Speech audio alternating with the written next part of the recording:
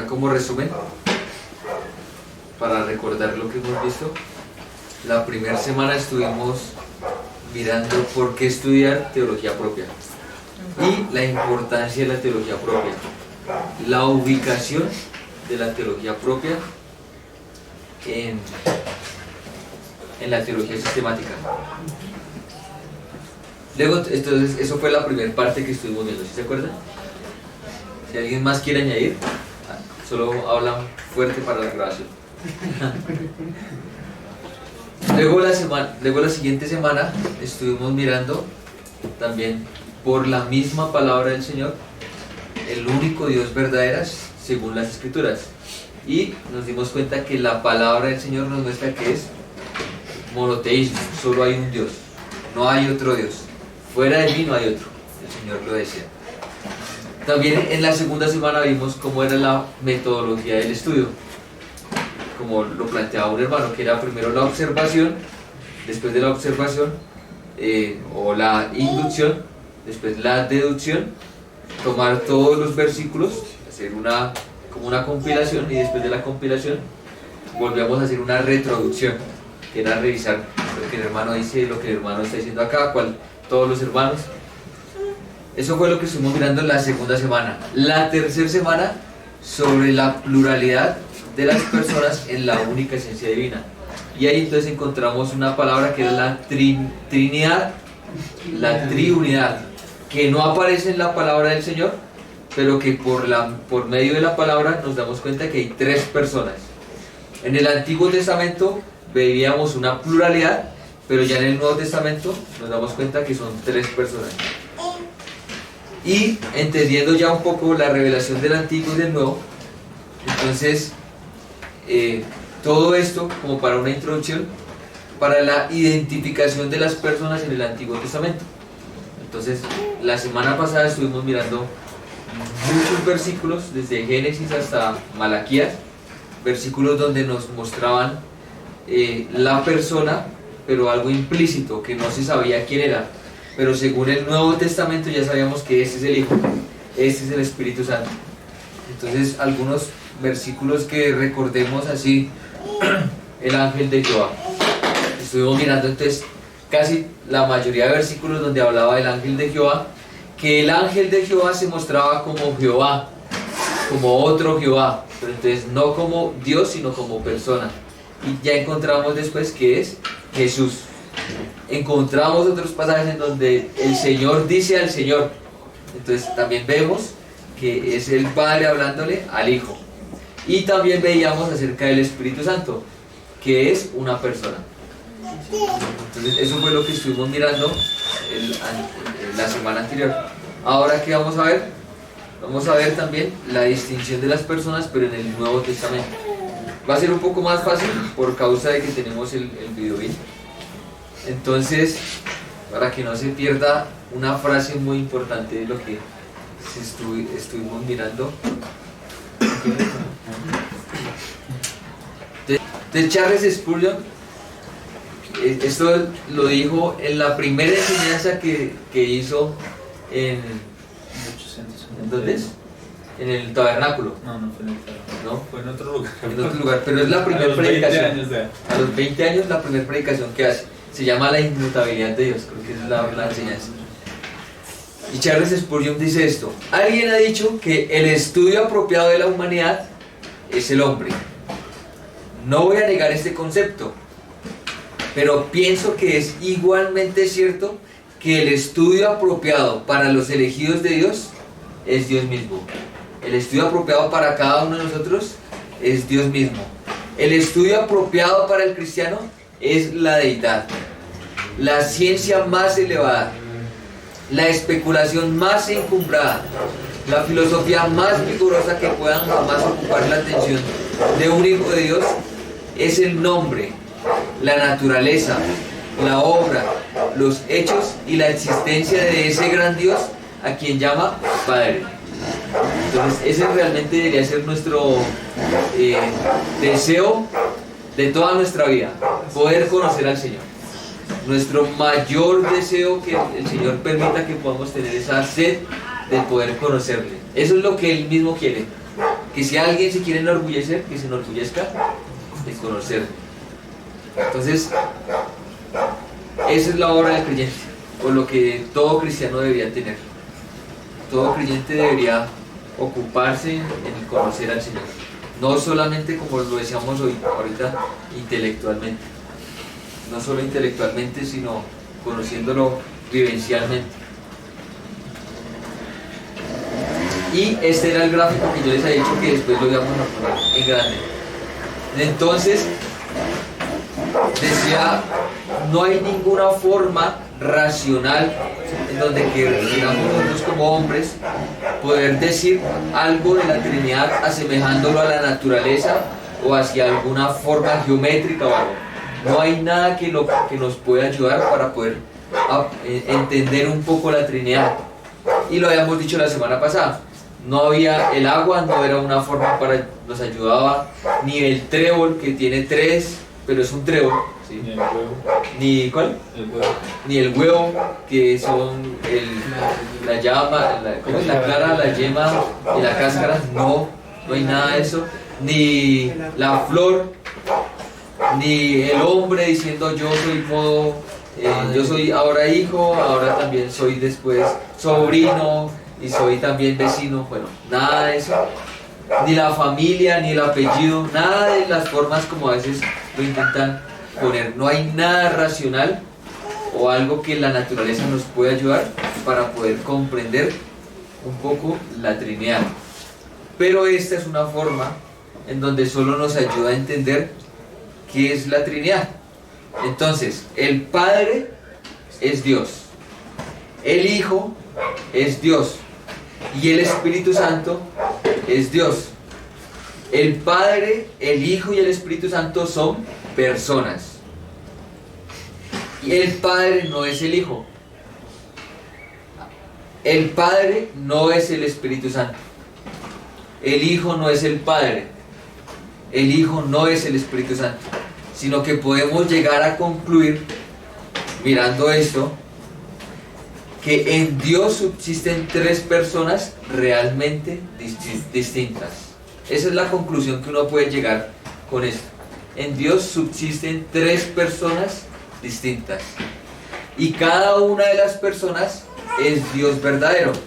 O sea, el Padre, la persona del Padre, la persona del Hijo y la persona del Espíritu Santo son Dios. Y las 3 personas son solo y único Dios, no son 3 dioses. Entonces es importante, es una forma fácil de llegar a esta conclusión. Esta conclusión nos lo muestra ahí, pero lo vamos a ver por la palabra del Señor. Porque eso era lo que lo que hablaba la semana pasada, que primero era bueno poner la base, que era la palabra del Señor, porque a veces dicen, no, es que eso fue el concilio, cuando llegó el concilio de Nicea, que ustedes se inventaron todo esto. No, eso fue el concilio de tal. Esto fue el concilio. No, eso fueron los patrísticos. Nada de eso. Por la palabra del Señor podemos encontrar que en Dios subsisten 3 personas diferentes, realmente distintas, y que cada una de esas personas es Dios verdadero, y que esas 3 personas son solo un único Dios. O sea, nosotros, la palabra del Señor no nos enseña que tengamos 3 dioses. La palabra del Señor nunca nos muestra eso, sino nos muestra que solo hay un único Dios. Entonces, vamos a comenzar con la primera de todas. Las 3 personas son distintas. Y pues gracias al Señor que como ya podemos leerlo todos, vamos a identificarlos. ¿Se acuerda que lo primero que vamos a hacer es inducción? Y después la deducción. Entonces, mirando los versículos vamos a mirar en qué parte está la persona del Padre, del Hijo y del Espíritu Santo, tomándolo ya del Nuevo Testamento. Según el Nuevo Testamento, según el Antiguo ya lo miramos la semana pasada, y ahora según el Nuevo Testamento. Entonces comenzamos con Mateo 3, 16 al 17. Este es uno de los pasajes en donde nos va a mostrar, y o sea, la verdad, a veces mirando las herejías, todos los versículos van diciendo, no, pues esto cómo lo va a pensar cómo lo va a pensar ellos, cómo lo van a pensar ellos. Entonces Mateo 3, 16, 17. ¿Alguien lo quiere leer? ¿Me puede leer en el video? ¿Sí? Y Jesús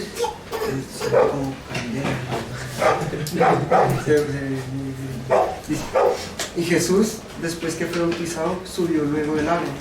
Y aquí los cielos le fueron abiertos y vio al Espíritu de Dios que descendía como paloma y venía sobre él. Y una voz de los cielos que decía, este es mi Hijo amado, en quien tengo complacencia. Entonces ahí encontramos, la forma fácil de identificarlos fue con rojo a Jesús, el azul con el Espíritu de Dios y el morado con el Padre. Pues para poder como identificarlos o intentar como ya mirar los versículos, lo que nos dice. Entonces Jesús fue bautizado y el Espíritu de Dios descendía. Entonces la segunda persona. ¿Y venía sobre quién? Sobre Jesús. Y hubo una voz de los cielos que decía, este es mi Hijo amado, en quien tengo complacencia. ¿Y ahí quién está hablando? El Padre. Entonces este es un versículo que nos va a ayudar a identificar muy fácil la Trinidad, ¿cierto? Las tres personas diferentes. Esto es lo que vamos a tener como intentar encontrar un poco más, que son diferentes, que no son una o que se están revolviendo, sino que son tres personas diferentes. Vamos a ver otro. Mateo 28, del 19 al 20. ¿Lo quiere leer, Cristian? Por tanto, id y haced discípulos a todas las naciones, bautizándolos en el nombre del Padre, y del Hijo, y del Espíritu Santo, enseñándoles que guarden todas las cosas que os he mandado. Y aquí, yo estoy con vosotros todos los días, hasta el fin del mundo. Amén. Amén. Amén. Amén. Entonces, aquí encontramos el del Padre, del Hijo y del Espíritu Santo. Entonces, entendiendo este del, es una, voy a hablar un poquito de gramática, preposición y un artículo. Entonces la preposición es de y el artículo es el. O sea que en la gramática no existe del. Si se dan cuenta, no existe del, sino existe una preposición de y un artículo que es el. Y nos está mostrando entonces, primero, bautizándolos en el nombre, no dice en los nombres, ¿sí? O sea, no estamos hablando de tres dioses, sino de un solo Dios. Y ahora nos va a mostrar las personas de el Padre, y nos está diciendo del Padre y Hijo y Espíritu Santo, como si fueran lo mismo, sino que nos está mostrando del Padre y del Hijo y del Espíritu Santo. O sea, son las tres personas, ahí las encontramos nuevamente. Y Jesús sigue hablando, enseñándoles que guarden todas las cosas que os he mandado, y aquí yo, y aquí vemos una propiedad, algo, un atributo de Jesús: estoy con vosotros todos los días hasta el fin del mundo. ¿Cómo así? Jesús, ¿qué está diciendo ahí Jesús? Que Dios es eterno. Que puede estar en todas partes al mismo tiempo, porque va a estar con nosotros al mismo tiempo, todos los días, hasta el fin del mundo. Siguiente versículo. Juan. Este versículo es muy bonito, pero hay que... En Cristología, si he visto que en Teología Sistemática más adelante, llegamos a Cristología, entonces más adelante se va a profundizar. Entonces, pero lo tomamos también para poder entender que ahora el nombre del Hijo, aquí en Juan nos va a mostrar que es el Verbo. ¿Listo? En el principio era el Verbo, y el Verbo era con Dios, y el Verbo era Dios. Este era en el principio, y otra vez nos lo vuelvo a decir, con Dios. Todas las cosas por Él fueron hechas, y sin Él nada de lo que ha sido hecho fue hecho. En Él estaba la vida, y la vida era la luz de los hombres. Entonces, mirando un poco más, aquí encontramos ¿cuántas personas? Dos personas, ¿cierto? ¿Cuál persona? La del Padre y la del Hijo, ¿cierto? Entonces, en el principio era el Verbo. Ese Verbo es el Hijo. Más adelante nos lo va a decir. Y el Verbo se hizo carne. Y dice que vimos su gloria, gloria como la del unigénito. Entonces ya sabemos que es el Hijo, el único Hijo, o el único engendrado. Entonces, y el Verbo era Dios. Entonces, bueno, el Verbo, y el Verbo era con Dios, y el Verbo era Dios. Entonces la primera parte, en el principio, antes de toda la creación, estaba el verbo, o sea que vemos la eternidad de este verbo. Luego dice, y el verbo era con Dios.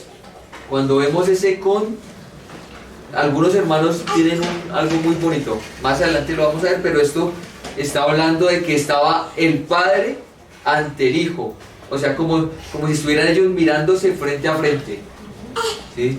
Entonces el verbo era con Dios y el verbo era Dios. Y ahí nos muestra entonces la divinidad del verbo, de la segunda persona. Este era en el principio con Dios, y nuevamente nos vuelve a mostrar que el verbo estaba ante Dios. Y ya y vamos a ver más acerca del verbo. Todas las cosas por él fueron hechas. O sea, ¿qué podemos ver del verbo? Que el verbo también es creador. O sea que es Dios, pero es diferente al Padre. Y sin él nada de lo que ha sido hecho fue hecho. Y en él estaba la vida, y la vida era la luz de los hombres. Juan 1, del 1 al 4. Juan 3:16. Continuamos con Juan 3:16. Juan 3:16 dice: porque de tal manera amó Dios al mundo, que ha dado ¿a quién? A su Hijo unigénito, para que todo aquel que en él cree no se pierda, mas tenga vida eterna. Un versículo muy famoso, ¿cierto? Este versículo que nos está mostrando, ¿cuántas personas volvemos a ver? Las dos, ¿cierto? ¿Cuál? La del Padre y la del Hijo. Pero ahora veamos la función del Padre. ¿El Padre qué está haciendo? Dando a otra persona. ¿Que es a cuál persona? Al Hijo. Entonces, importante diferenciarlos. Se da cuenta que ya podemos ver, el Padre es el que está enviando, el que está dando, y el Hijo es unigénito, o sea, único engendrado. Entonces estas dos palabras más adelante las vamos a ver, porque al Padre se le dice Padre y porque al Hijo se le dice Hijo, ¿cierto? Porque al Padre se le dice Padre y porque al Hijo se le dice Hijo. Entonces aquí vemos al Hijo unigénito. Juan 14, 16 al 17. Aquí vamos a encontrar, ¿cuántas personas vamos a encontrar? Y yo rogaré al Padre, y os dará otro consolador, para que esté con vosotros para siempre, el Espíritu de verdad, al cual el mundo no puede recibir, porque no le ve ni le conoce, pero vosotros le conocéis, porque mora con vosotros y estará en vosotros. ¿Qué personas vemos ahí? Tres. Las tres personas, ¿cierto? La del Hijo, ¿en dónde lo encontramos? Al inicio. Cuando va a rogar. O sea, el Hijo es el que ruega. ¿A quién ruega?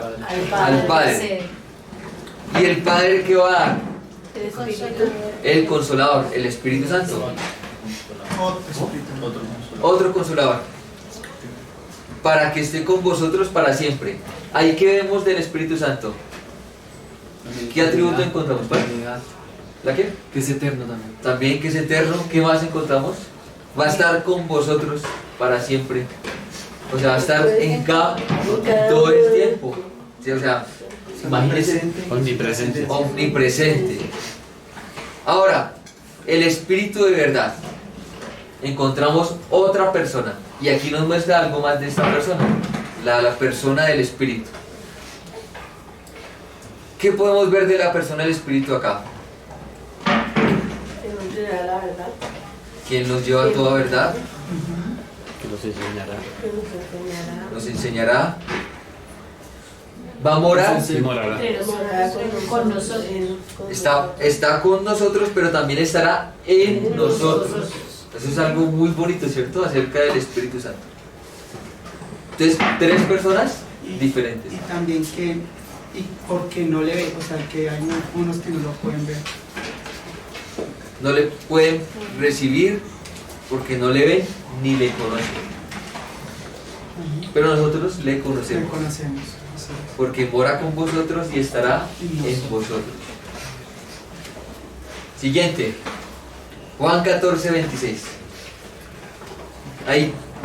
¿Alguien lo quiere leer, Cristian? es. Más el Consolador, el Espíritu Santo, a quien el Padre enviará en mi nombre. Él os enseñará todas las cosas y os recordará todo lo que yo os he dicho.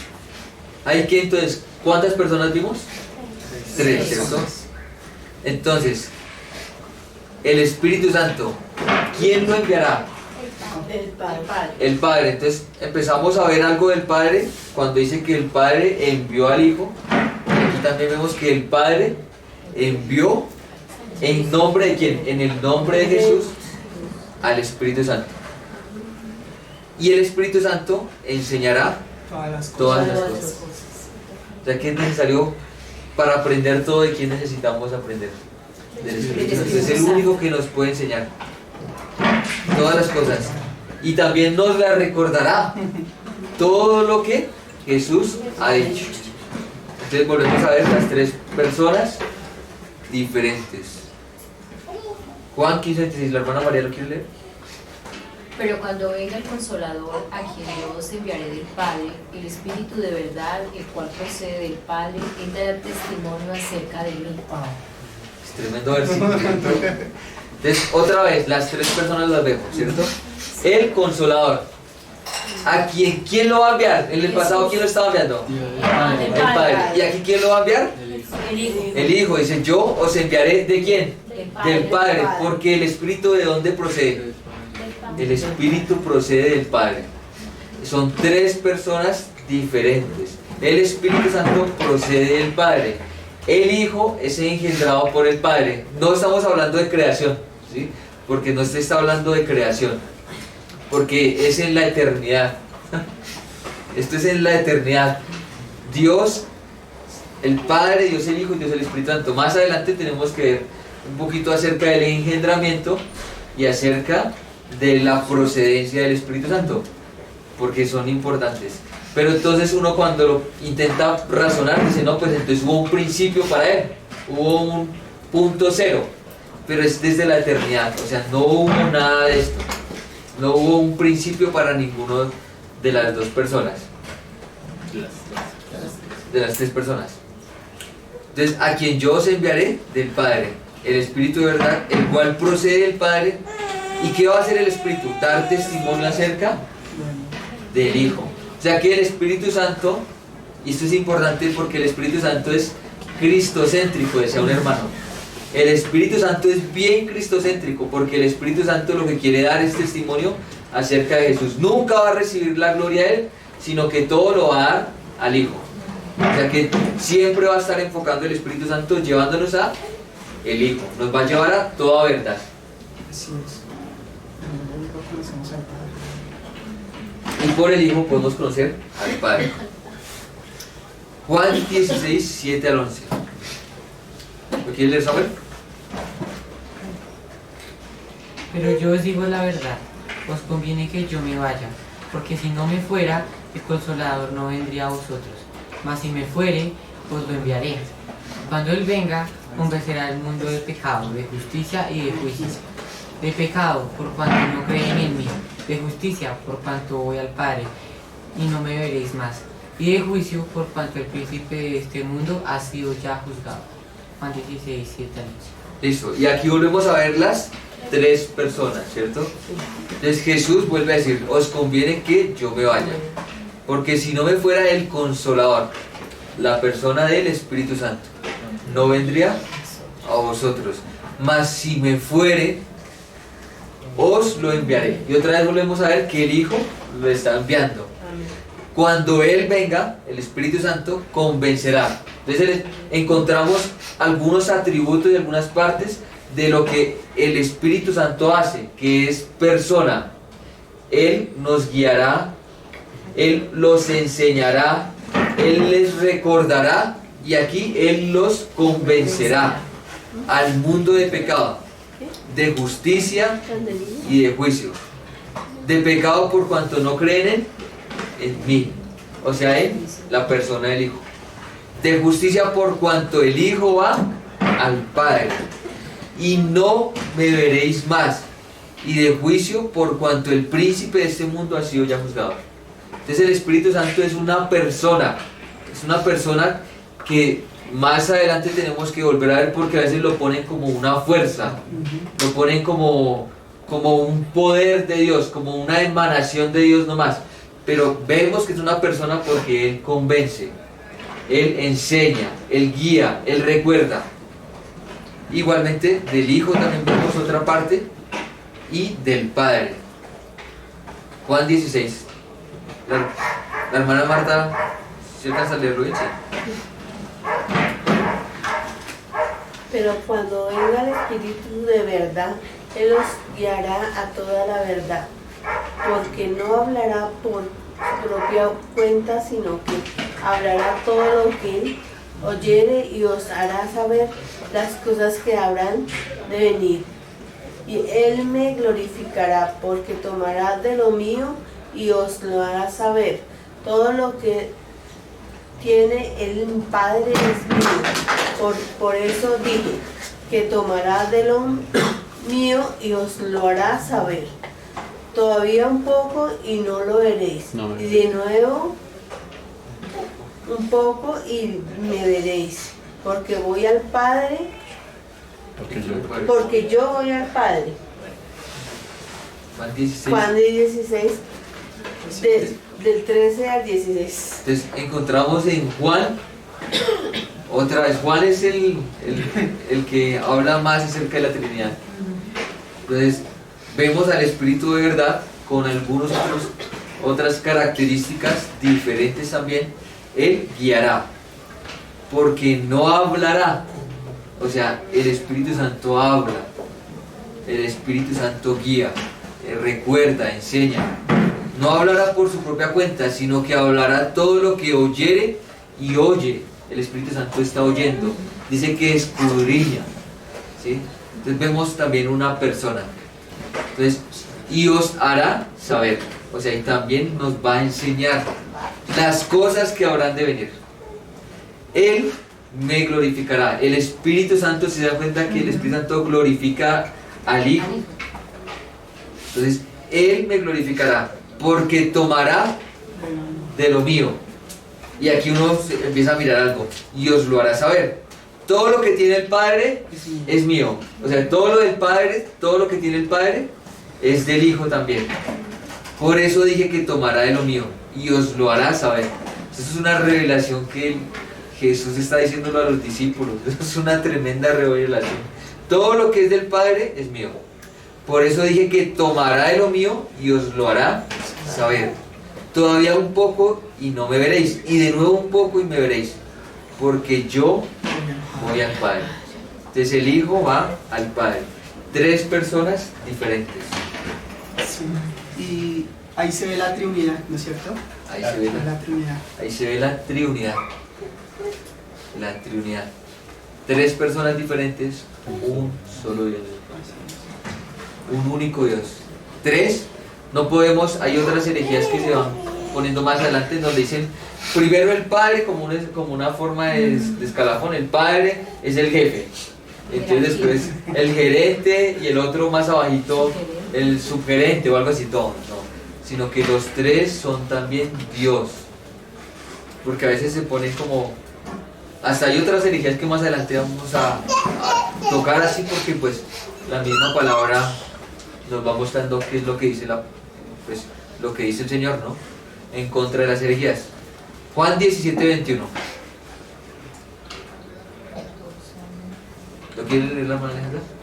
Para que todos sean uno como tú, oh Padre, en mí y yo en ti, que también ellos sean uno en nosotros, para que el mundo crea que tú me enviaste. Juan 17:21. Juan 17:21. Entonces, para que tú, oh Padre, ¿a quién le está hablando el Hijo? Al Padre. Entonces, Juan 17 es la oración del Hijo al Padre, a otra persona. O sea, el modalismo lo que quiere decir es que el Hijo se convirtió, que el Padre se convirtió en modo Hijo y el Hijo en modo después Espíritu Santo. Entonces, este versículo, ¿cómo sería Jesús hablándose a sí mismo? Son tres personas diferentes. Y aquí vemos el Padre. Dice, para que sean uno como tú, oh Padre, en mí. El Padre en el Hijo y el Hijo en el Padre. Que también ellos sean uno en nosotros. Y ese nosotros es un pronombre, plural, de hablando de personas. No es algo como que hubiera hecho para que ellos sean uno como yo. No está diciendo como yo, ¿sí? O como tú. Entonces no pasa algo así como, sino para que sean uno en nosotros, para que el mundo crea que tú me enviaste. ¿El Padre qué hace? Envió. Entonces el Padre tiene otra parte diferente, que es el Padre es el que envía. Juan 17:21. Juan 17:24. Otra vez Jesús hablando. ¿Lo quieres leer, Salomé? Padre, aquellos que me has dado, quiero que donde yo estoy, también ellos estén conmigo, para que vean mi gloria que me has dado, porque me has amado desde antes de la fundación del mundo. Juan 17. Juan 17:24. Tremendo versículo también. Otra vez Jesús hablándole al Padre. Aquellos que o sea, que al Hijo me has dado, quiero que donde yo estoy, también ellos estén conmigo, para que vean mi gloria que me has dado. Porque me has amado desde antes de la fundación del mundo. Y aquí entonces vemos que la relación del Padre y del Hijo es el amor. Entonces el Padre ama al Hijo, completamente da todo al Hijo, y el Hijo ama al Padre y el Hijo da completamente todo al Padre, ¿sí? Pero son dos personas diferentes. Juan 17:24. Romanos 8 del 26 al 27. ¿El hermano Héctor lo quiere leer? Y de igual manera el Espíritu nos ayuda en nuestra debilidad, pues ¿qué hemos de pedir como conviene? No lo sabemos, pero el Espíritu mismo intercede por nosotros con gemidos indecibles. Mas el que escudriña los corazones sabe cuál es la intención del Espíritu, porque conforme a la voluntad de Dios intercede por los santos. Romanos 8, 26 y 27. Entonces, ¿aquí qué personas vemos? Dos. ¿Cuál persona? La del Espíritu y la del Padre. Entonces, son versículos, el Espíritu nos ayuda en nuestra debilidad. El Paráclito, el que ayuda, el ayudador. Cuando se habla del Consolador, la palabra en el griego es el Paráclito, el ayudador. Ese es el Espíritu Santo, el que nos ayuda en nuestra debilidad. Pues, ¿qué hemos de pedir como conviene? No lo sabemos, pero el mismo Espíritu intercede. Entonces aquí vemos una función del Espíritu Santo también, que el Espíritu es el que intercede por nosotros. O sea, es un intercesor, más el que escudriña los corazones sabe cuál es la intención del Espíritu, porque conforme a la voluntad de Dios intercede por los santos. Y más adelante vemos que el Espíritu escudriña el mismo corazón del Padre. O sea, esto que dice que el mismo corazón de Dios. Entonces, conforme a la voluntad de Dios, Él intercede por los santos. Entonces, la persona del Espíritu Santo son diferentes, pero con respecto a voluntad, es una misma voluntad. ¿Sí me hago entender? Gálatas 4, del 4 al 7. ¿Cuántas veces? Pero cuando vino el cumplimiento del tiempo, Dios envió a su Hijo, nacido de mujer y nacido bajo la ley, para que redimiese a los que estaban bajo la ley, a fin de que recibiésemos la adopción de hijos. Y por cuanto sois hijos, Dios envió a vuestros corazones el Espíritu de su Hijo, el cual clama: Abba, Padre. Así que ya no eres esclavo, sino hijo, y si hijo, también heredero de Dios por medio de Cristo. Es Gálatas 4. Vemos nuevamente a las tres personas. Es importante, vino el cumplimiento del tiempo. Había un tiempo. Y cuando llegó el cumplimiento del tiempo, Dios envió a su Hijo. Entonces Dios ya envió.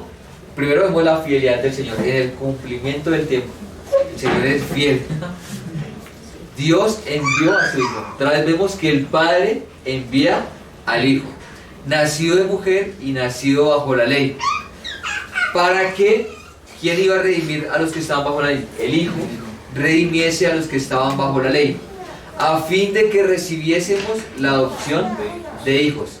Y por cuanto somos hijos, el Padre envió a nuestros corazones ¿a quién? Al Espíritu de su Hijo. Entonces, el Espíritu es el que procede del Padre y del Hijo. Más adelante, pero entonces es la tercera persona, el cual clama, Abba Padre. Así que ya no eres esclavo, sino hijo. Y si hijo, también heredero de Dios, por medio del Hijo, por medio de Cristo. Entonces, Gálatas 4, del 4 al 7. Otra vez, las tres personas. Hebreos 1:5. ¿Quién lee? ¿Quién lee? 1:5. ¿Por qué? ¿A cuál de los ángeles dijo Dios jamás? Mi hijo eres tú, yo te he engendrado hoy. Y otra vez, yo seré al Padre y él me será a mi hijo.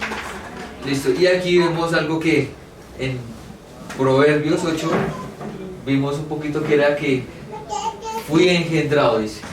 Yo fui engendrado. Y acá está tomándolo el autor de un salmo, que es el Salmo 2, en donde va a hablar de esto. Hebreos completo, o sea, el capítulo 1 nos está hablando de Jesús superior a los ángeles, mayor que los ángeles, hablándonos de la divinidad del Hijo. Y llega a Hebreos 1:5, en donde, ¿puede leer Hebreos 1:4 primero? Del mayor excelente nombre. Hecho tanto superior a los ángeles, cuanto heredó más excelente nombre que él. Entonces, ese excelente nombre es mi Hijo. El excelente nombre que realmente, el nombre de Jesús, el nombre que tiene el Señor es mi Hijo. Entonces, acá, ¿qué dice? Mayor que los ángeles, porque ¿a cuál de los ángeles dijo Dios jamás? Mi Hijo eres tú. Yo te he engendrado hoy, y otra vez, yo seré a él Padre y él me será a mi Hijo. Ahí lo está haciendo pregunta, ¿a cuál de los ángeles dijo eso? En el Salmo 2 aparece, y de aquí pasaríamos más adelante a ver la persona del Padre, que es el que engendra. Porque vamos a ver que la persona del Padre es el que engendra, el Hijo es el que es engendrado, y el Espíritu Santo es el que procede, o sea, el que es del que procede. Entonces, sé que son términos que más adelante vamos a tomar, pero son tres personas, y la idea de ahorita es ver que son distintas. Son tres personas distintas. Hebreos 7, del 25 al 28. Por lo cual puede también salvar perpetuamente a los que por él se acercan a Dios, viviendo siempre para interceder por ellos. Porque tal sumo sacerdote nos convenía, santo, inocente, sin mancha, apartado de los pecadores y hecho más sublime que los cielos, que no tiene necesidad cada día, como aquellos sumos sacerdotes, de ofrecer primero sacrificios por sus pecados y luego por los del pueblo, porque esto lo hizo una vez para siempre, ofreciéndose a sí mismo. Porque la ley constituye sumos sacerdotes a débiles hombres, pero la palabra del juramento, posterior a la ley, al Hijo, hecho perfecto para siempre. Listo. Dos personas vemos ahí, ¿cierto? Al Hijo, y vemos las funciones del Hijo en la actualidad. O sea, en el hoy, porque Hebreos va a hablar mucho del hoy. Entonces, si queremos saber qué está haciendo Jesús en estos momentos, lo podemos ver en Hebreos. Entonces, sentado a la diestra, y lo sentó a la diestra de la majestad, y dice que ahora está esperando a que sus enemigos sean todos puestos por estrado de sus pies. Entonces vemos la función del sumo sacerdote de Jesús en la actualidad. Entonces, por lo cual es poderoso, el Hijo es poderoso, todopoderoso. En Apocalipsis nos dice que es el todopoderoso, pero Él puede salvar perpetuamente a los que por Él se acercan a Dios. O sea, la única forma para acercarnos al Padre es por el Hijo, viviendo siempre para interceder por ellos. ¿Qué está haciendo el Hijo? Intercediendo siempre, o sea, viviendo siempre para interceder por ellos. Qué bonito versículo, ¿cierto? Porque tal sumo sacerdote nos convenía, o sea, era algo conveniente, eso era lo que nos convenía. ¿Cómo es este sumo sacerdote? Santo, inocente, sin mancha, apartado de los pecadores y hecho más sublime que los cielos. O sea, como lo decía Salomón, aun cuando estaba entregando el templo, Señor, es que ni los cielos te pueden contener. O sea, algo más sublime que los mismos cielos, el mismo Señor. Ese nos convenía, mucho más sublime que los cielos. Que ese sumo sacerdote que traspasó los cielos. O sea, es muchísimo más alto que todo. Sublime que los cielos, que no tiene necesidad cada día, no tiene necesidad, como aquellos sumos sacerdotes, de ofrecer primero sacrificios por sus propios pecados y luego por los del pueblo. Porque esto lo hizo, ya hizo un sacrificio, una vez y para siempre, ofreciéndose a sí mismo. O sea que el Hijo se ofreció a sí mismo. Aquí podemos ver también algo acerca del Hijo. Hay una herejía que se llama patripasionismo, que lo que quiere decir es que el Padre fue el que hizo la pasión. O sea, el Padre fue el que murió en la cruz, el Padre fue el que se hizo hombre y que murió en la cruz. Acá, ¿qué está diciendo? La persona del Hijo fue la que se ofreció a sí mismo. Porque la ley constituye sumos sacerdotes a débiles hombres, pero la palabra del juramento posterior a la ley, al Hijo. Si se dan cuenta que ese es el nombre sublime que el Señor puso, al Hijo, hecho perfecto para siempre. Entonces, Hebreos 7, encontramos al Padre y al Hijo. Primera de Juan 2.1.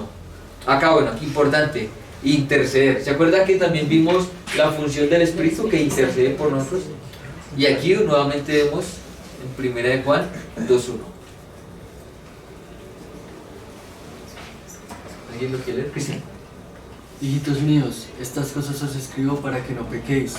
Y si alguno hubiere pecado, abogado tenemos para con el Padre, a Jesucristo el justo. Y aquí vuelve a aparecer esta palabra que es abogado.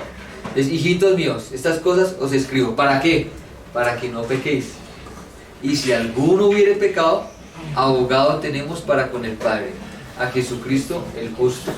Entonces esa palabra abogado en el griego es paráclitos, igual que la del Espíritu Santo, el paráclito, pero acá es hecha con respecto al Hijo. El Hijo es el ayudador, el abogado, el paráclito para con el Padre. O sea, es el intercesor también. Lo vimos en el anterior y acá lo volvemos a ver, que es el intercesor para con el Padre. Y acá nos muestra acerca del Hijo, Jesucristo el justo. Y no nos dice como, o sea, sí, aquí ya nos habla del Padre y del Hijo. Nuevamente el intercesor, el ayudador, el paráclitos. Entonces, entendiendo estos versículos, hay más versículos, pero volvemos a entender que el Padre, el Hijo y el Espíritu Santo son tres personas distintas. Son muy diferentes, aún en función. El Padre es el que engendra, el Hijo es el engendrado y el Espíritu Santo es el procedente, que procede del Padre y del Hijo. Entonces, estas son tres personas que son diferentes. Si se dan cuenta que son diferentes, o sea, cada persona es diferente en función también. El Padre envía, ¿cierto? El Hijo fue el que fue enviado, el que se ofreció a sí mismo, y el Espíritu Santo es el que guía, el que enseña. Por eso cuando llegaron a los concilios fue por causa de la misma palabra. Entonces cuando ya llegan al concilio dicen el Padre, el Creador, el Hijo, el Redentor, y el Espíritu Santo, el Santificador. Porque estaban encontrando tres funciones diferentes en cada uno. Con la misma voluntad, el Padre diciendo a Elohim, ¿sí? El Hijo queriendo glorificar al Padre y el Espíritu Santo pues, dándole toda la gloria al Hijo. Entonces el Padre también dice a Elohim, este es mi Hijo, a Elohim, ¿sí? Entonces mostrando esta relación, más la relación del Padre, del Hijo y del Espíritu Santo, diferente. Entonces ahí es lo que llegamos a esta parte para ver un poco la distinción de las personas en el Antiguo Testamento y en el Nuevo Testamento. Ahora vamos a leer la introducción a la teología general. ¿Todos trajeron los libros? Entonces ya que vimos unas palabras, pues ya vamos a poder entender un poco más lo que el hermano nos va a hablar ahí. Entonces vamos a continuar. Separa.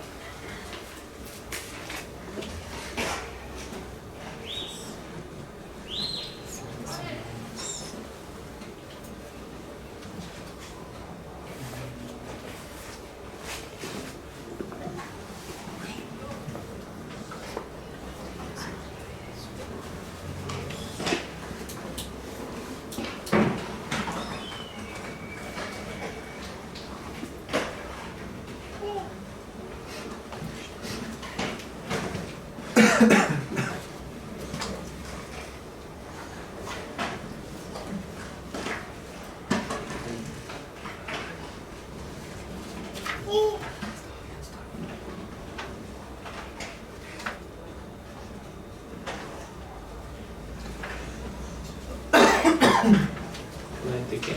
47.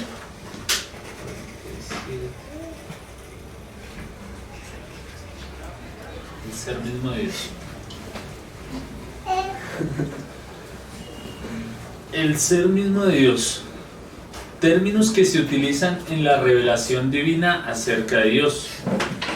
No son términos que se aplican a Dios, sino que son términos que se usan en la revelación.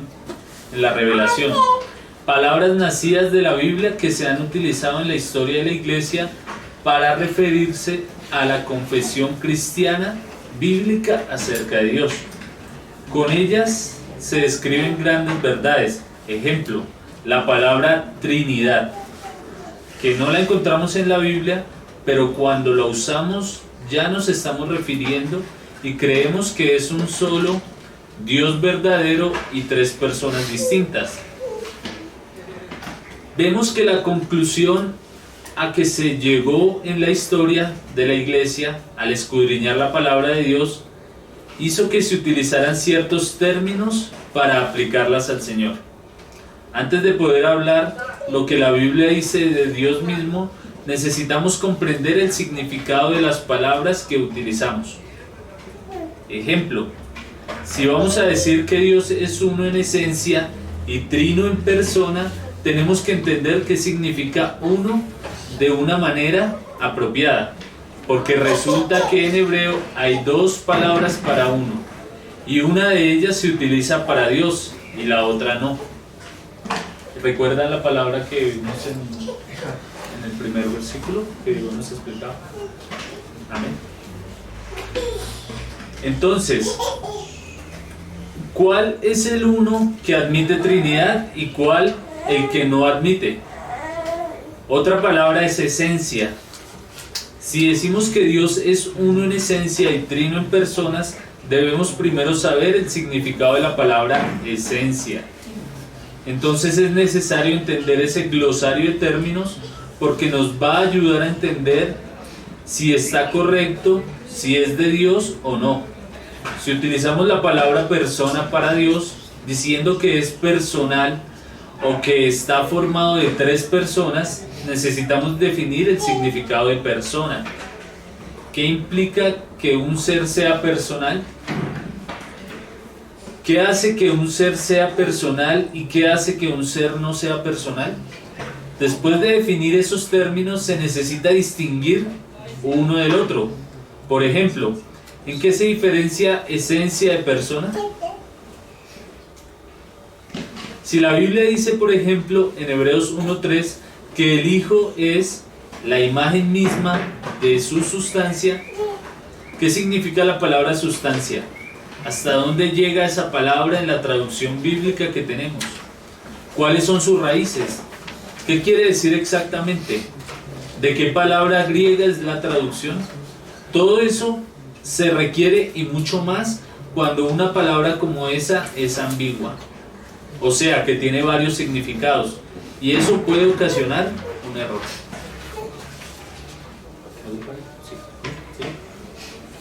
Sí, ¿se acuerda que por eso decíamos que primero íbamos a poner la base que era la Biblia? Porque ya hay palabras que es necesario poder identificar y que es necesario identificarla. O sea, tener qué es ser, qué es esencia, qué es naturaleza, qué es sustancia, qué es persona. Eso es necesario. Entonces por eso por lo menos vamos a quedar ahorita con la duda. Aunque ya lo vimos la vez pasada un poco. ¿Sí se acuerda que vimos en una clase lo que era la persona, lo que era la naturaleza? Entonces, ¿qué significa persona? ¿Qué es sustancia? ¿Por qué Dios en esencia ousia es uno y en subsistencia hipóstasis es trino? ¿Dónde comienza el significado de esencia y dónde el de persona? Entonces recuerdan las definiciones de las palabras que pusimos. ¿Cómo es que hay tres personas en una misma esencia? Todo eso es muy complejo y es por eso que necesitamos desglosar esos términos antes de entrar en consideración de un tema determinado. Tomamos como ejemplo el término ser. Dios dice que Él es, dice, yo soy el que soy. También dice que en Él nosotros somos. Nosotros usamos la palabra e intuimos su significado. Pero no debemos solamente intuir, sino apropiadamente conocerlo y distinguirlo, para no caer en equívocos. El Espíritu de Dios se distingue del Espíritu del Anticristo. En su confesión acerca de Cristo, la Biblia dice, 1 Juan 4, 2, 3, en esto conoced el Espíritu de Dios. Todo espíritu que confiesa que Jesucristo ha venido en carne es de Dios. Y todo espíritu que no confiesa que Jesucristo ha venido en carne, no es de Dios. Y este es el espíritu del Anticristo, el cual vosotros habéis oído que viene y que ahora ya está en el mundo. El espíritu del Anticristo habla equivocadamente acerca de Dios y de Cristo, y utiliza términos ambiguos o definiciones equivocadas. Otros términos de ese glosario que debemos definir su significado son esencia, sustancia, persona, triunidad, trinidad, verbo, trascendencia, inmanencia. Es necesario conocer y comprender el significado apropiado de estos términos. En qué versículo se basa su verdad y su significado. Pero tenemos que ir muchas veces a los idiomas originales, hebreo y griego, en donde encontramos palabras cuyo significado es más amplio y preciso que en nuestra traducción, pero que pueden ser traducidas en forma equivocada o tomadas teológicamente en su acepción equivocada, lo cual puede dar lugar a alguna herejía, a lo mejor sin intención, no de corazón, pero en la práctica sí, y el diablo les pone un espíritu equivocado para que surja un error acerca de Dios y de Cristo. La ambigüedad viene a veces de términos sinónimos, a veces de términos antónimos y a veces de términos homónimos. Ya él va a explicar qué significa cada. Sinónimos son palabras diferentes, pero que tienen el mismo significado. Se juntan los significados de distintas palabras o nombres. Ejemplo, silla, asiento, taburete. En la Biblia tenemos diferentes traducciones y unas y otras usan los sinónimos, pero a veces se presentan equivocaciones. En Reina Valera de 1960, al comparar algunos versículos con la traducción de la misma Reina Valera de 1909, encontramos que en el idioma griego, en el original, aparecen palabras como Hades, Gehenna, Tártaro. Esas tres palabras se refieren a tres lugares diferentes y han sido traducidas con una misma palabra. En la versión 1909, donde dice Hades, traduce infierno, y donde dice Gehenna, la dejan Gena. En cambio, en la versión Reina Valera del 60, es al revés. Donde dice Hades, dejan Hades, y donde dice Gehenna, traducen infierno, y donde dice Tártaro, traducen también infierno. Pero esas tres palabras no son sinónimos, sin embargo son traducidas con una misma palabra en castellano, infierno. Por eso este asunto de los sinónimos, de los antónimos, de los homónimos, sí tiene importancia, porque a veces le aplicamos una palabra equivocada a una acepción, pensando que estamos diciendo lo mismo, cuando estamos diciendo otra cosa. Las palabras Seol, hebreo, y Hades, griego, sí son sinónimos. En cambio, antónimos son las palabras que significan lo contrario, de anti, contra, frente, frente a. Son los nombres contrarios, ejemplo, grande, pequeño. Pero en donde más se presenta la ambigüedad es en los homónimos. Homónimos son los significados diferentes, pero con una misma palabra. Una palabra que tiene significados diferentes, según la ocasión, de acuerdo al contexto. Viene de homo, lo mismo, de donde se derivan las palabras homogéneo, del mismo género, homosexual que tiene relaciones con los del mismo sexo. Ejemplo, papa, palabra que tiene muchos significados. El tubérculo, el pontífice romano, nada, no sabe ni papa. Hay una palabra que tiene que ver directamente con nuestro estudio y que es la traducción de dos palabras distintas en griego, que significan distintas cosas, pero que se dicen de la misma manera en español para referirse a Dios, que es la palabra sustancia. En griego corresponde a ousia, esencia, y a hipóstasis, y la traducen por sustancia.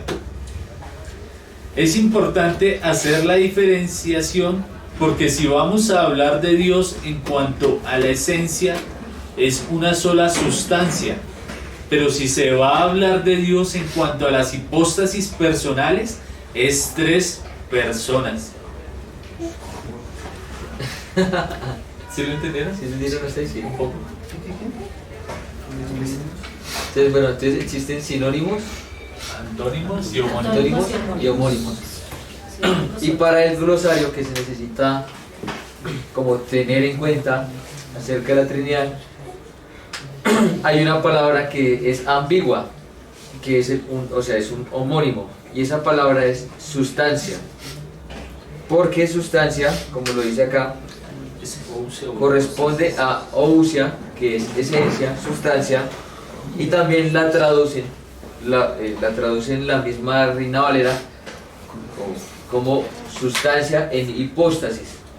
Entonces es diferente la esencia, que es ousia, con la palabra hipóstasis, que es muy diferente. Cuando se habla de Dios, que son de la esencia, solamente hay una, pero cuando se habla de la hipóstasis son 3. Entonces, si vemos Hebreos 1:3, ahí nos damos cuenta que utilizan la palabra sustancia en Hebreos 1:3, si lo tienen ahí.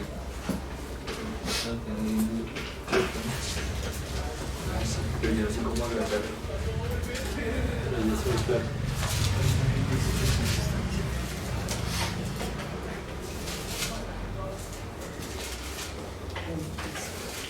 Hebreos 1:3, ¿alguien lo tiene ya? Ya. Hermano, ¿lo puede leer?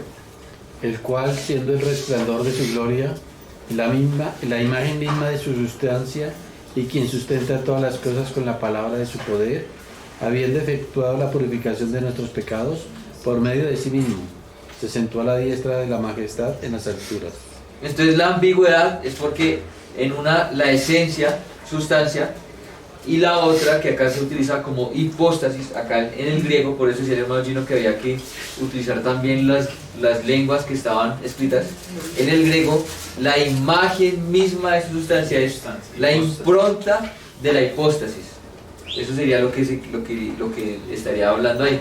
El carácter, que es la imagen, en el griego, carácter de la hipóstasis. Y la palabra hipóstasis, acá en español la tenemos como sustancia. Entonces hay una ambigüedad, pero esa ambigüedad puede ser, o sea, si no llegáramos a diferenciar lo que es ousia con hipóstasis, pues habría una gran ambigüedad que podría ser terrible para todo el estudio. Entonces, la esencia, que más adelante vamos a ver que es esencia, ya lo vimos también, y la hipóstasis. Son dos palabras diferentes en el idioma griego. Igual que el hermano Gino hablaba del ejemplo de infierno, que a todos le decimos infierno, pero había una que era el Hades, la otra el Tártaro y la Gehenna, y a todos le llamamos nosotros infierno. Entonces, pero son tres palabras diferentes. Igual aquí para estas dos en el griego son dos palabras diferentes y nosotros la llamamos sustancia. Entonces no podríamos diferenciarla y es necesario diferenciarla. Eso es lo que estaba leyendo diciendo el hermano Gino. Entonces hay que saber si está usando la palabra sustancia en el sentido de esencia o en el sentido de hipóstasis, según la traducción. Ahí sí es importante, porque en ese caso esa palabra sustancia es un homónimo, porque viene a ser una palabra con distintos significados según su contexto. Al hablar de Dios, ¿es uno o es trino? Si se dice la palabra sustancia como traducción de esencia, es uno. Pero si se usa la palabra sustancia como traducción de hipóstasis, es la palabra que usa la Biblia en griego, que se refiere a las personas divinas. Ya no es uno, sino tres. En esencia es uno, pero en personas es tres. O sea, es una esencia, tres hipóstasis. Tres hipóstasis. Si no se sabe usar bien ese homónimo, puede causar ambigüedad y puede hacerle decir a uno cosas equivocadas acerca de Dios. Y a lo mejor el Espíritu Santo le dice en su espíritu cuando usted está diciendo un error, pero usted no entiende qué es lo que está diciendo. Y no sabemos por qué el Espíritu Santo no está de acuerdo. Él nos avisa en la intuición y nosotros no entendemos. Pero hay una operación posterior a la intuición, que es la interpretación de la intuición por el entendimiento. Pero el entendimiento necesita las palabras apropiadas, las palabras enseñadas por el Espíritu, para acomodarlas a la realidad espiritual, para poder decir las cosas con propiedad sin incurrir en errores y herejías. Y herejías, listo.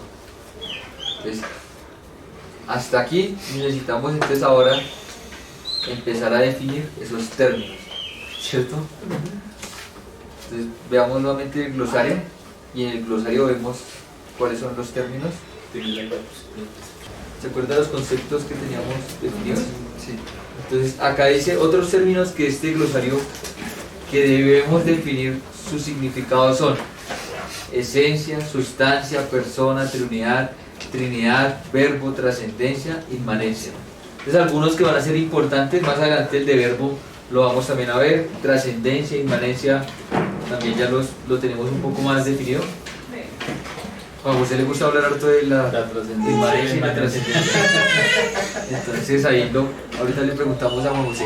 La Trinidad es la distinción de tres personas divinas en un solo y única esencia. Lo que estábamos, ahora qué es persona y qué es esencia, ¿no?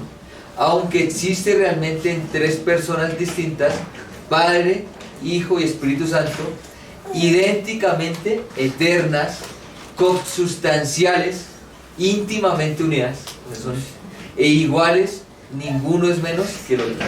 Son iguales, no hay ninguno menos que el otro. Entonces la palabra Trinidad, la palabra ser. Entonces, es que no quisiera que se llegue a caer como en algo de herejía o algo así con las palabras, pero la palabra ser es como si nosotros empezáramos en nuestra cabeza, si vimos conjuntos, ¿se acuerdan? Entonces había un conjunto universal, que el conjunto universal cabía todo. Entonces la palabra ser es una palabra, o el significado es algo muy universal, o sea, todo lo que es, eso es la palabra ser, es todo lo que es.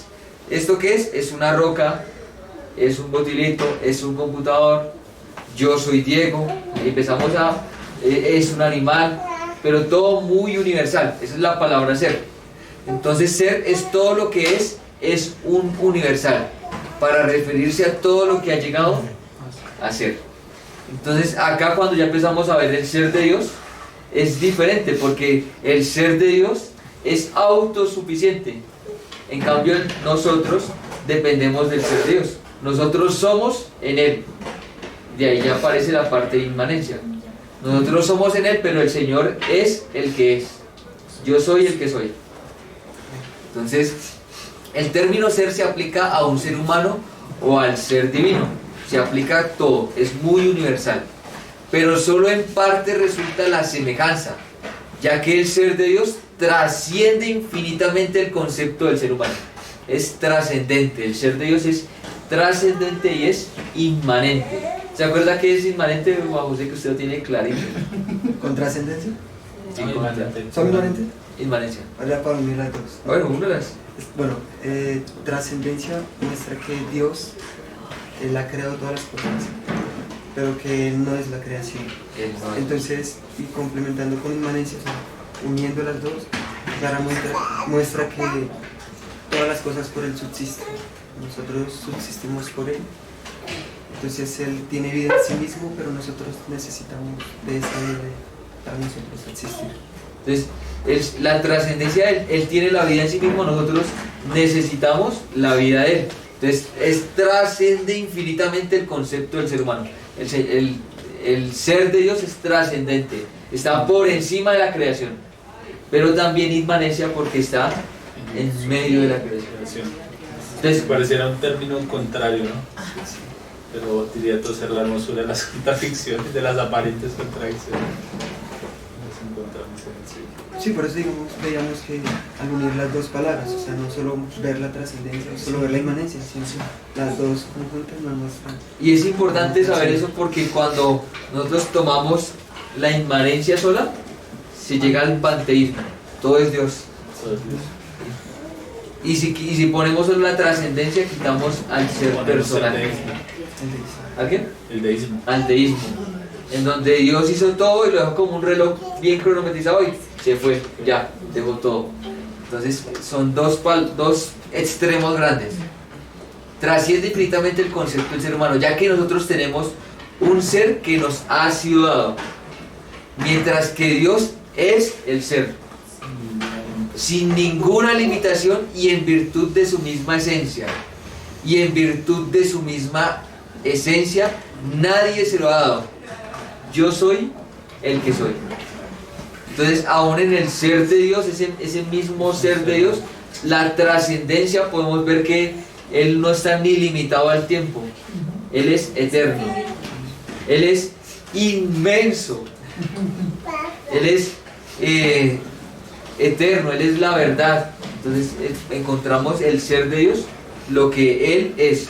Y es un ser que no es contingente, ¿no? Como nosotros, que tenemos una causa para llegar a ser. O sea, Dios no necesita de nadie para llegar a ser. Y algo también importante, que el Señor nunca cambia, siempre es el mismo. O sea, es inmutable. Entonces, la mejor definición para saber del ser de Dios es: yo soy el que soy. Entonces, eso es ser. Eso es ser. Entonces, es algo muy general, o sea, algo muy universal. Pero yo lo he podido aprender un poco con conjuntos, pero no son conjuntos, sino que las definiciones son un poco más fáciles, porque del ser grande empezamos ya entonces a llegar a algo un poco más reducido, y más hasta llegar a la parte personal. Entonces, por eso primero llegamos a la parte o al conjunto, bueno, es que no se llama conjunto, al ser, a la parte universal. ¿Listo? Pero tomándolo como si fuera conjunto, llegamos a otro. O sea, en un ser cabe todo lo que existe. Es universal. Todo lo que existe es universal. Y la esencia viene a ser. Y ahora la esencia. La esencia ya es un poco más limitado. ¿Cómo? Más puntual. Más puntual. Es más puntual. Entonces la esencia, esta es la esencia, determina que un ser sea lo que es. Si se dan cuenta que ya entonces bajamos de algo universal a la esencia, determina que un ser sea lo que es. En la esencia se diferencia el tipo de ser. La esencia particulariza el ser. Entonces, este es un gato. ¿Por qué? Porque y ya empezamos a ver lo que determina que es un gato. Tiene 4 patas, tiene los ojos que le alumbran en la noche, entonces, dice miau. Bueno, todo lo que determina que este sea un ser, sea lo que es. Obviamente eso sería por un animal, pero como personas también nosotros somos seres podríamos, humanos, o sea, es más... entonces, pero aún sigue siendo todavía no tan personal, o sea, como tan individual, sino sigue siendo un poco más grande. Entonces, el ser humano. ¿Qué determina que el ser humano sea lo que es? Pues porque tiene una razón, pero empieza a mostrar, también tiene un cuerpo, tiene cabeza, troncos, rodillas y pies. Entonces todo esto, entonces todo lo que determina que un ser sea lo que es, el ser humano. Cuando se habla de la esencia divina, que es algo más lo que va a determinar, damos a entender lo que Dios es, el ser divino que nosotros solo podemos captar refractado como un arco iris. O sea, es algo que no solo lo podríamos ver como el arco iris que se ve en muchos colores. Entonces a veces la definición del Señor no podría tenerse una definición tan completa. Es decir, el Señor es, sino que a veces hasta lo tomamos como el Señor es inmutable, es verdad. Empezamos a poner los atributos del Señor, porque no se podría definir el ser del Señor, la esencia completa, como nosotros, porque primero para dar una definición debemos tener o saber que tiene un principio y que tiene como un fin, para decir, o que es algo limitado. Entonces, el computador, y empezamos a dar la definición del computador porque es algo limitado, pero nosotros tan limitados no podríamos dar una definición de lo que es el Señor, ¿sí? De lo que es tan grande. Entonces lo podemos como en un conjunto de atributos o perfecciones que pertenecen en exclusiva a cada una de las personas. La esencia, por eso es una esencia. Divinas, en lo que tienen de común a las tres. Estas perfecciones esenciales son por su propio concepto incomunicables. Entonces en la esencia encontramos algo que es la parte incomunicable, los atributos del Señor incomunicables, como por ejemplo la inmensidad.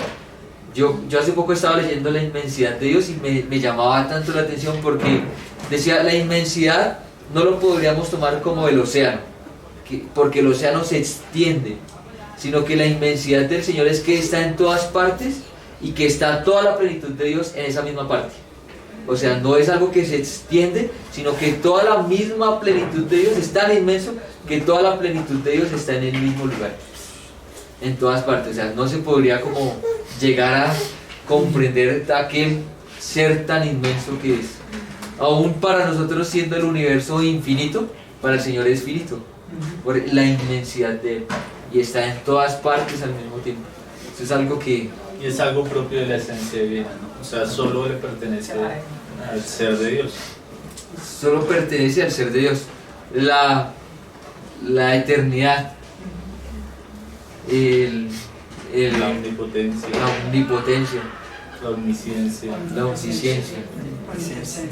que todos lo saben, la omnipresencia. Entonces este es el ser de Dios, lo que determina. No hay nadie más como Él. Es la única esencia. No hay nadie más como Él, no hay nadie comparado a Él. Es el único. Entonces solo hay una esencia. La esencia divina, ¿no? Ahora pasamos de algo que es universal, bajamos un poquito a lo que es esencia. Falta otro que es naturaleza, después vemos naturaleza. Y llegamos a la que es persona. Pero antes de ese, es necesario hablar de lo que es naturaleza. No sé si yo tengo... aquí está. Naturaleza. La naturaleza constituye aquello que es particular de cada ser. O sea, la esencia, que todavía sigue siendo el ser humano, pero ahora vamos a llegar a algo que es la naturaleza del ser humano, que ya es más particular de lo que es de cada ser. Si es que llegamos como si fuera un conjunto, yo lo pensaba en mi mente, conjunto universal, eso es un conjunto más, y ya se volviendo un poco más limitado, se volviendo más particular. Mi naturaleza determina lo que yo puedo hacer. sea, yo por ejemplo no voy a poder volar como una paloma, porque mi naturaleza me determina que soy un ser humano. No tengo alas para poder volar, ni los ojos de un águila para poder ver por allá. No tengo esa naturaleza. Puedo levantar mi mano, por ejemplo, porque esta acción es adecuada a mi naturaleza. Puedo comer, reír, dormir, pensar. Puedo pensar, porque cada una de esas acciones se adecua a mi naturaleza humana. No puedo poner un huevo, porque eso es propio de un pájaro. Si muerdo a un hombre, no le enveneno, porque eso es propio de la naturaleza de la serpiente. No puedo vivir en el agua, porque eso es propio de la naturaleza de un pez. O sea que entonces, ¿qué es naturaleza? Entendiendo un poco que de lo que estamos viendo, que es algo particular de lo que es el ser. Es el modo particular de un ser. Y encontramos algunos versículos. ¿Tienen preguntas, Samuel? ¿No? Si les gustan las preguntas que Samuel hace. Es que es una sirena. Listo. Es un pescado, una pesa.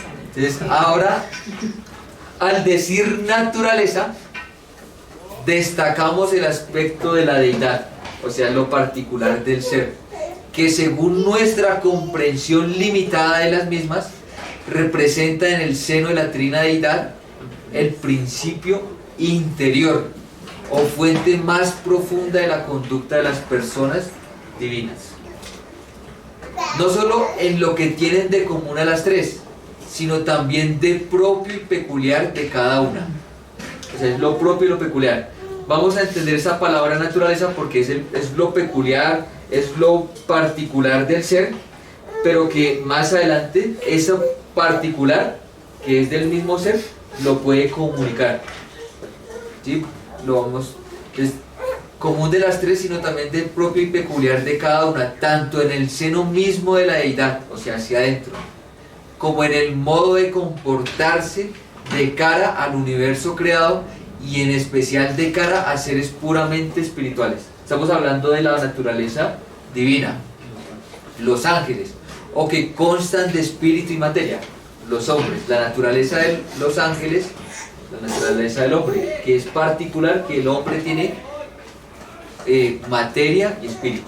Los ángeles son seres espirituales. Estas perfecciones son comunicables, sino que en la naturaleza del Señor no solamente es la forma de comportarse, sino que esa misma forma, esa naturaleza que es de lo particular, es perfecto. O sea, es perfecto todo lo que el Señor dice.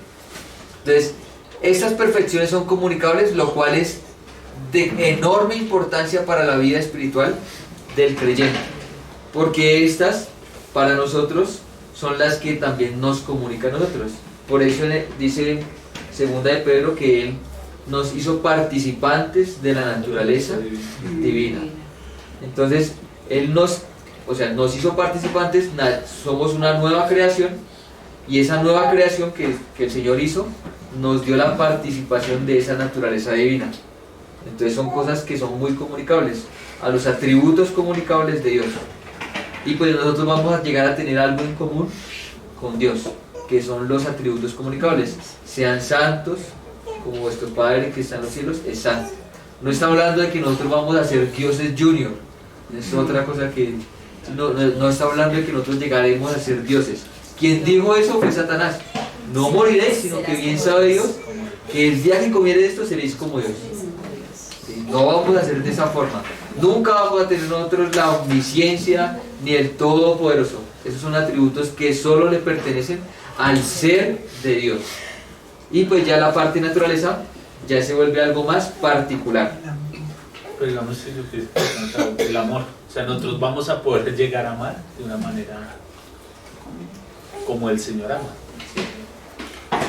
Porque Él nos comunica eso, y eso es lo que se refiere al hacernos partícipes de la naturaleza, ¿no? O sea, vamos a poder tener comunión los unos con los otros, como leíamos ahora en Juan 17, que Él dice, como tú en mí y yo en ti, para que ellos sean uno en nosotros. O sea, una comunión que es perfecta, ¿no? O sea, que es bien. Por eso dice que es de suma importancia. Pero llegamos a tener acá en vida, o como, explica eso, perdón. Porque entonces vamos a tener, o sea, en futuro. No, dice que Él nos ha hecho partícipes de la naturaleza de Dios, o sea, quiere decir que yo ahora ya puedo empezar a amar de una manera. Y en comunión también puedo empezar a tener esa comunión. Sí. Obviamente vamos a ser perfeccionados para eso, ¿no? Y por eso Él dice que es de enorme importancia para la vida espiritual del creyente, ¿no? El saber que somos partícipes de la naturaleza del Señor, ¿no? Entonces eso se refiere como a lo que es comunicable de Dios. O sea, que podemos amar, podemos tener comunión, podemos... Sería como algunos atributos que el Señor tiene. Que son de Dios, pero que son comunicables. Digamos, yo no puedo ser omnisciente, no puedo saber todas las cosas, pero sí puedo amar como Dios ama, porque Él me ha derramado su amor en mi corazón, ¿no? Eso lo llaman así, los atributos comunicables. Y lo que hablábamos ahorita de esencia es lo que se refiere como a lo que es incomunicable de Dios. O sea, que solo Dios lo puede tener. Y la naturaleza es lo que expresa desde sí mismo en perfección, como lo dice Diego, que es algo que no es Dios ama a medias, no, sino que es un amor perfecto. Pero ahora ese amor perfecto es comunicado a nosotros. Sin embargo, Hay una esencia humana que es el conjunto grande, como Diego lo decía, clasificando a todos los seres humanos, ya no al ser de todo lo que existe, sino solo al ser humano. Tiene una esencia del ser humano. O sea, como Diego lo decía, está compuesto de espíritu, de alma, de cuerpo, tiene tronco, tiene eso, o sea, eso lo clasifica dentro de la esencia humana. Dentro de la esencia divina está solo Dios, o sea, no hay nadie más. Y la naturaleza ya es algo más particular, lo que decía ahorita, yo puedo pensar como un humano, puedo dormir porque soy un humano, o sea, todo eso más reducido, ¿no? O sea, un perro no puede pensar como lo hago yo. La parte de la naturaleza que, confiando en el Señor, vamos a mirar los versículos de la Biblia que nos muestran que la naturaleza es el modo particular de un ser, pues es algo particular. Por ejemplo, cuando dice que por naturaleza ustedes eran hijos de ira, o sea, la naturaleza de todos los seres humanos era que están separados de Dios, y por naturaleza somos hijos de ira. Entonces es algo que es muy particular de los seres humanos. Pero por ejemplo, la naturaleza de los animales es que, y ahí lo va a decir en Génesis 1:1, donde dice, y les dijo que cada uno con su misma especie, o sea, con su misma naturaleza. Entonces, porque no puede hacerse, digamos, el sapo con un elefante, no va a poder tener nada porque no son de su misma especie. Entonces el Señor mismo empieza a clasificarlo en naturaleza, que ya es algo más particular. Entonces esa parte particular del ser, eso es muy particular, la naturaleza. Y confiando en el Señor, por tiempo ya llegamos vamos a ver la hipóstasis, que es algo más particular, mucho más allá, o sea, ya eso ya es casi individual y personal. O sea, como decir, yo soy una hipóstasis individual, o sea, yo. Sí, o sea, ya, yo soy yo, y nadie puede ser yo, o sea, nadie más. Entonces cuando uno empieza a verlo yo lo veía como con conjuntos y yo decía, pues es más fácil verlo un conjunto, porque está así, porque, por ejemplo, o sea, el conjunto de los seres humanos. Entonces esa es la naturaleza del humano. Y la naturaleza del humano es que tiene una parte material, tiene una parte espiritual, tomándolo solo o sea, ahí. Pero ahora voy a llegar a la hipóstasis. Entonces ya no voy a hablar de la naturaleza o de los humanos, sino voy a hablar del humano. Y ya cuando voy a hablar del humano, voy a hablar de Andrés, que ya es una persona. Si me hago entender que llegamos a lo último, que es, eso es lo que es necesario entender un poquito más, con versículos y con algunas explicaciones ya en el glosario, que el glosario pues es necesario tenerlo. Pero en sí es bueno, digamos, si podemos entender que hay una sola esencia divina, pero hay tres hipóstasis dentro de esa esencia divina, como para tener algo ya no tan teórico, porque como Diego lo decía, esa palabra hipóstasis hubo un conflicto por cuestión del mismo idioma, que algunos entendían hipóstasis o persona como un actor o de una manera, y otros de otra parte lo entendían de otra manera. Entonces hubo una discusión a través de los siglos en cuanto a esa palabra. Pero en sí es una palabra que, bueno, no la complica mucho, es sencilla. Sí. Es entender que es individual. Sí, es algo individual. Es algo individual.